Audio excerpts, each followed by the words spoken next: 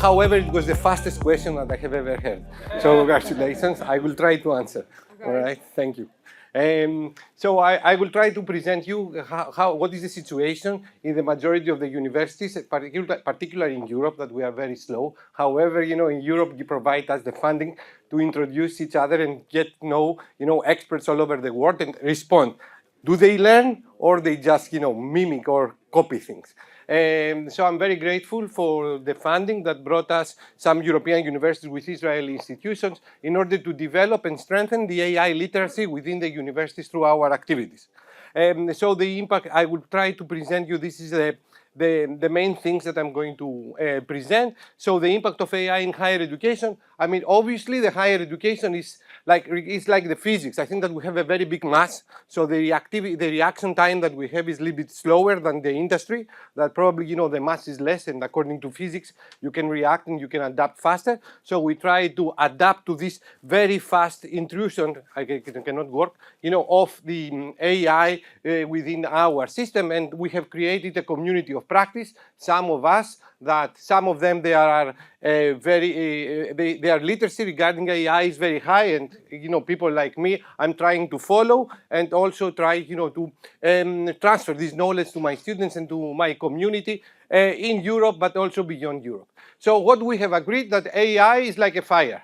I mean, fire brought, a lot of revolution on how to hunt, how to feed ourselves, and now we have the AI that, depending on how do you operate it, it's going to have beneficial or probably, results that we don't want. So we try to create this AI literacy that I think that this is the first step about responsible AI. If you know how to use it, at least you think that you know how to use it, you can train the people in order to use it. For the moment, doing a course, I can see some colleagues of mine like Elena Nava is a part of this.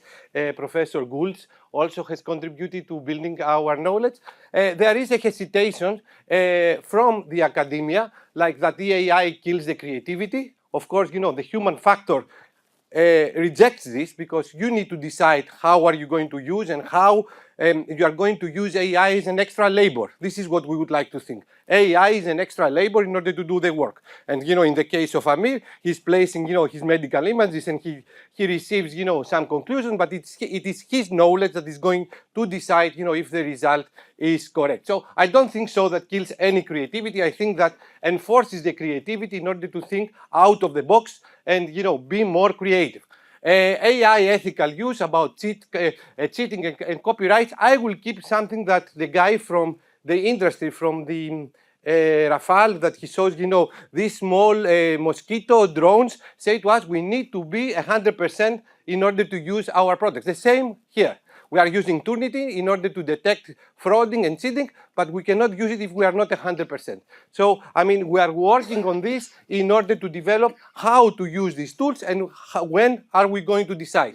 And also another, situation in higher education. 80% of our students, they are experts in how to use, AI tools. Only 20% all over the world, about the universities, we have regulation on how to use AI. All right, so, there is a gap between what is happening in the research and what is happening in the universities. And AI indeed creates a gaps, between countries and between universities. The faster you are going to introduce AI and, the culture, someone mentioned about the culture. It's a pedagogical tool that we need to use in order to be more efficient, as someone else mentioned, and also more inclusive. I think that there is, but there are a lot of opportunities, like how to become more effective. In the old days, I was teaching Physics 1 with 200 students. I had to correct everything by hand. Now AI can help me in order, to automate, to create, criteria that I can work more faster in order to provide the first feedback and then focus myself in more creative comments to the students in order to progress and learn. AI democratized the knowledge. Now we have the tools that we can do anything. In the old days, I need an expert to do a Photoshop in order to make a poster. Now, if I know what I would like to do, AI tools can do this. I can build using Bayes 44 that I learned yesterday that it was an Israeli company, a whole website that, in the old days I should find and pay someone that knows how to use WordPress or programming in order to do it.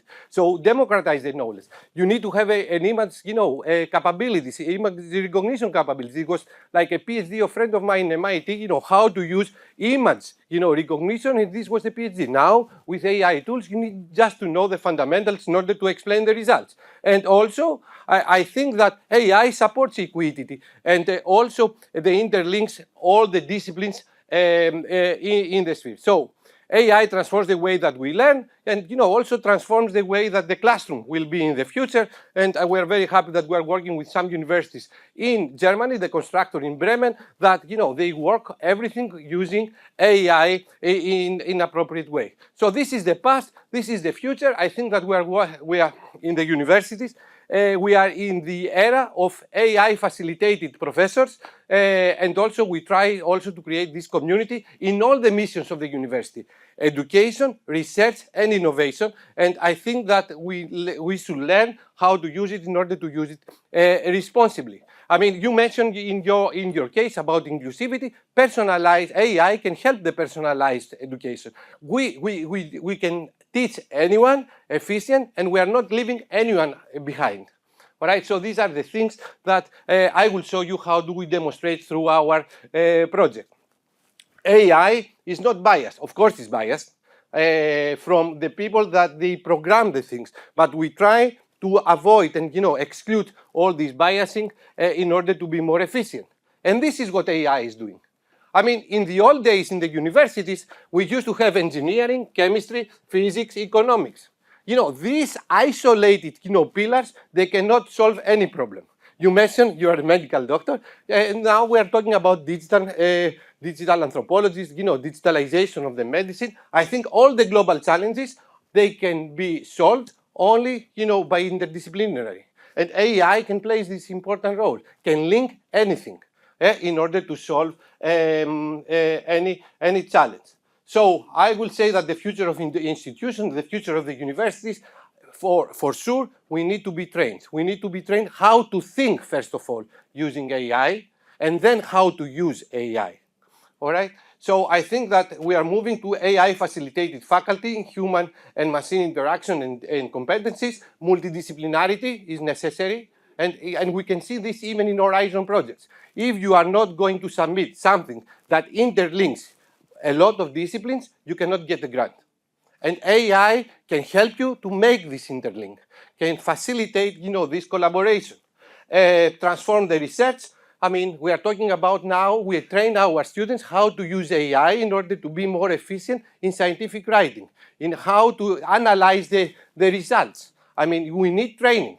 I mean, it's easy to say, but the majority of our faculty, they ask us, through the course that we run, in Impact, what is probing? And what is the importance of the probing?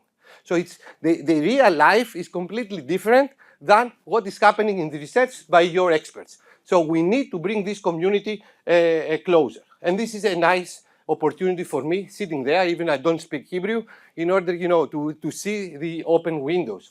So what we are doing in the Impact, in the AI era, Impact is like an inter-Mediterranean peace and collaboration project. We would like to bring through the development of soft and digital skills, the communication between Europe, Israel, and Morocco. All right, but we found this opportunity because of the crisis to integrate more of, and of course the expertise of some of my partners that they are already here, to bring AI in a more efficient way. So what we are doing, first of all, to inform, the people on how to use AI. So these are some examples of what we have done. We have done more than 35 specific sessions in 2 years in order to inform the academia on how to use, or on tools. We have here Meital that brings, also the technology and the technological tools to Europeans and to the Israeli universities. We have, used Google in order also to disseminate the tools. But the most important together, I can see, Elena Mistrahi, and also the training that Nava Sect brought to us in Crete.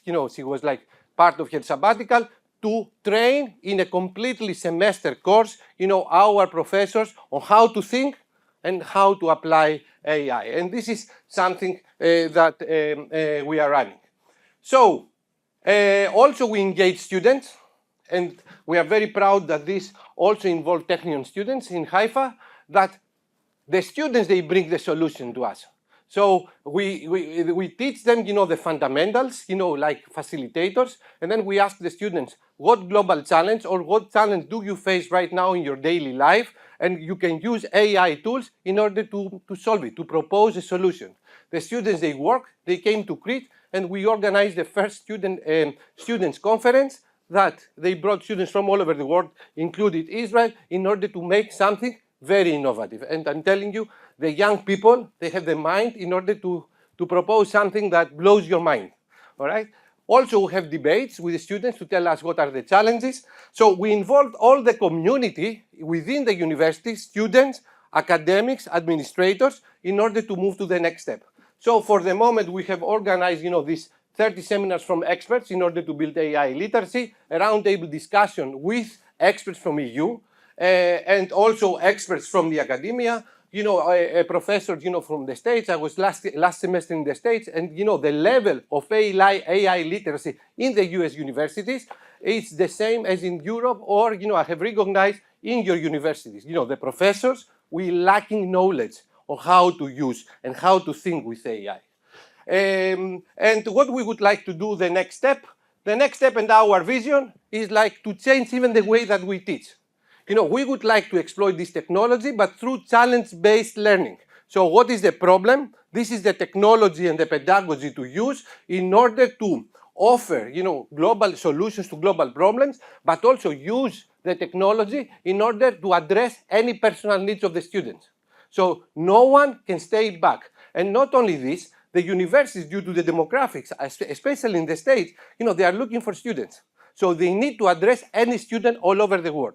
So AI can help to provide and solve and identify if the people they learn or if the people they don't learn through this personalization. This is something that I think that can bring the next step. It's a new course, it's a new minor course that we would like to provide the language, not to train them in programming, because programming probably is dead, the way that we thought. But also to provide them, the fundamentals, and then in the next semester to ask researchers and education how AI involves and impacts, their education, their topic. And this shows the importance of the AI in the interdisciplinary. So digital, linguistics, the impact of AI in nanotechnology regarding the processes, anything in order to provide this collaboration in education and research and innovation. So what is our platform? Virtual exchanges. So COILS, Collaborative Open International Learning, because in this way we can address somehow people with disabilities. People, for example, they cannot move. They are in Africa, in a village, but of course, they should have an internet in order, to train them. So it's a technology-based approach. It's a multidisciplinary. We can couple it with AI. We can couple it with micro-credential digital badges in order to make a more efficient, synchronous and asynchronous challenge-based training. Of course, we follow. We have the people that we would like to consult. In our case, MIT Open Learning and the Universal AI, the effort of MIT to train 1 billion students through AI is something that, with our experts, inspire us. And I think that with these ideas, we try to transform this to other areas, but also to transform within the universities and to stop to be a community of practice among us, but also to provide transformation to our university. So we would like education with impact, and with this, with an impact, I would like to thank you. Toda Rabba is the only thing that I know, and for the opportunity.